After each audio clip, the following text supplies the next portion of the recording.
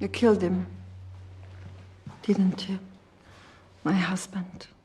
He was an assassin. Trust me, he won't take it personally. We've been thinking, and we believe Bond 26 is shaping up to be the most unpredictable James Bond movie ever. There are 3 big reasons for this. Plus, we've got some updates on the casting drama. Producers are having a creative disagreement about the direction of the next 007 movie, and there's a new contender in the race for the role of Bond. So let's break down everything we know so far about the movie and what's coming up in the Bond universe. It's been 3 years since the last James Bond film, and not much is known about Bond 26, which makes it one of the most unpredictable Bond films in years. Kind of like Casino Royale back in 2006. The Bond franchise is iconic, having started with Dr. No in 1962, and over the years we've seen a lot of changes. But Bond 26 could bring some of the biggest shifts yet. Throughout its long history, 7 different actors have played Bond, and with each new actor came changes in the series. Daniel Craig's take on Bond, which ended in No Time to Die, was no exception. Craig's version was different from past Bonds, and since he's not returning, Bond 26 will definitely feel like a fresh start. The shocking death of Craig's Bond at the end of No Time to Die means the next movie will feature a totally new take on the iconic character. On top of that, Bond 26 will be the first Bond movie released after Amazon bought MGM in 2022. MGM was a huge player in Hollywood, and with Amazon now in control, the next film will mark the beginning of a new era for the franchise. But while Amazon owns half of the Bond rights, Barbara Broccoli and Michael G. Wilson still have the final say. So while there may be changes, the film will probably stay true to the Bond we know and love. Another major factor is the gap between No Time to Die and Bond 26. The longest break between Bond films was 6 years, but this time we could be looking at an even longer wait. With no new actor officially cast yet and no filming date set, it's likely Bond 26 won't hit theaters until 2028 or 2029. So fans might have to wait even longer than expected for the next chapter in the 007 saga. But when it finally arrives, it's bound to be worth the wait. In addition to the mystery surrounding the next James Bond movie, there's another big update. A report reveals that the producers are in a creative dispute over the direction of the next 007.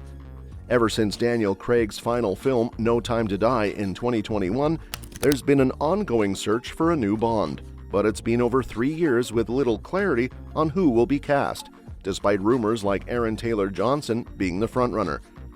Now, according to the Wall Street Journal, the issue has become more complicated as Barbara Broccoli and Greg Wilson, key figures behind the franchise, are reportedly clashing over the future of Bond.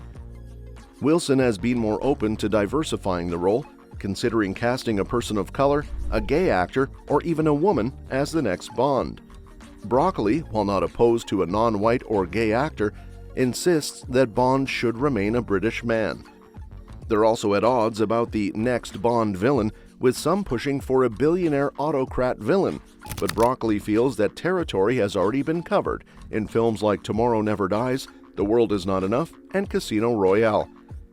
This creative conflict highlights the tensions between the old and new guard in the Bond franchise.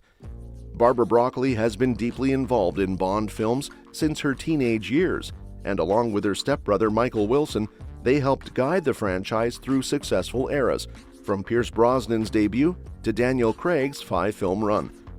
Now, as they prepare to hand the reins to the next generation, with Wilson's son Greg also involved in production, disagreements have emerged about the direction of the series, particularly with casting decisions.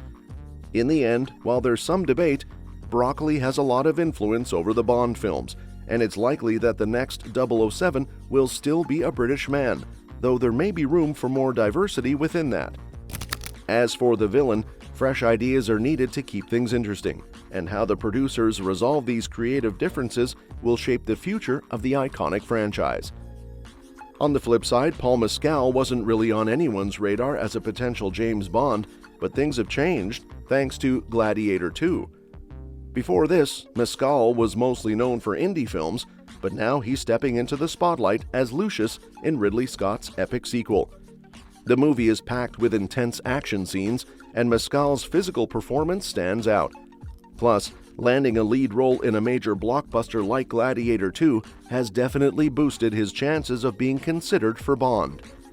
Meanwhile, there's buzz about Aaron Taylor Johnson potentially taking on the iconic role. If he does, it would break a 55-year trend, as every Bond actor since George Lazenby has had a certain type or profile, and Taylor Johnson would shake that up. Like Mescal, Taylor Johnson has been keeping quiet about his Bond chances, neither confirming nor denying his interest. That's likely the route Mescal would take too. No big statements while the Bond 26 casting process is still ongoing. Even Pierce Brosnan, who played Bond in the 90s, chimed in, saying Taylor Johnson has the talent, charisma, and chops to play 007. The big question is whether Mescal has what it takes to play James Bond.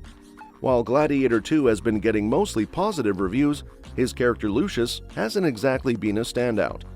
Some of the criticism is due to the script, which makes Denzel Washington's character, Macrinus, more compelling. Still, Mescal's performance hasn't solidified him as a movie star yet, though his talent is undeniable. To be fair, people said similar things about Daniel Craig before he blew everyone away in Casino Royale. As for the Bond 26 casting, it's still anyone's guess. Mescal's odds are looking better, but Aaron Taylor Johnson remains a strong contender. There are also persistent rumors about other big names, like Idris Elba, Henry Cavill, and Margot Robbie being tied to the project. With so much speculation, one thing's for sure: whoever steps into Bond's shoes has some big expectations to meet. Speaking of exciting casting possibilities, Saoirse Ronan could be the game-changer Bond 26 needs, especially as a villain. Known for her range, Ronan has played complex characters before, like the manipulative Brioni Tallis in Atonement. While that role leaned into moral ambiguity, stepping into a full-fledged Bond villain role would take her into exciting new territory. Her performances in The Lovely Bones and Hannah prove she can tackle dark and intense characters, making her an ideal choice for a Bond antagonist. Female villains have existed in the Bond franchise, like Xenia Onatopp in GoldenEye, but the main adversaries are almost always men. Casting Ronan as the central villain would break a 55-year-old tradition, marking a bold step forward for the series.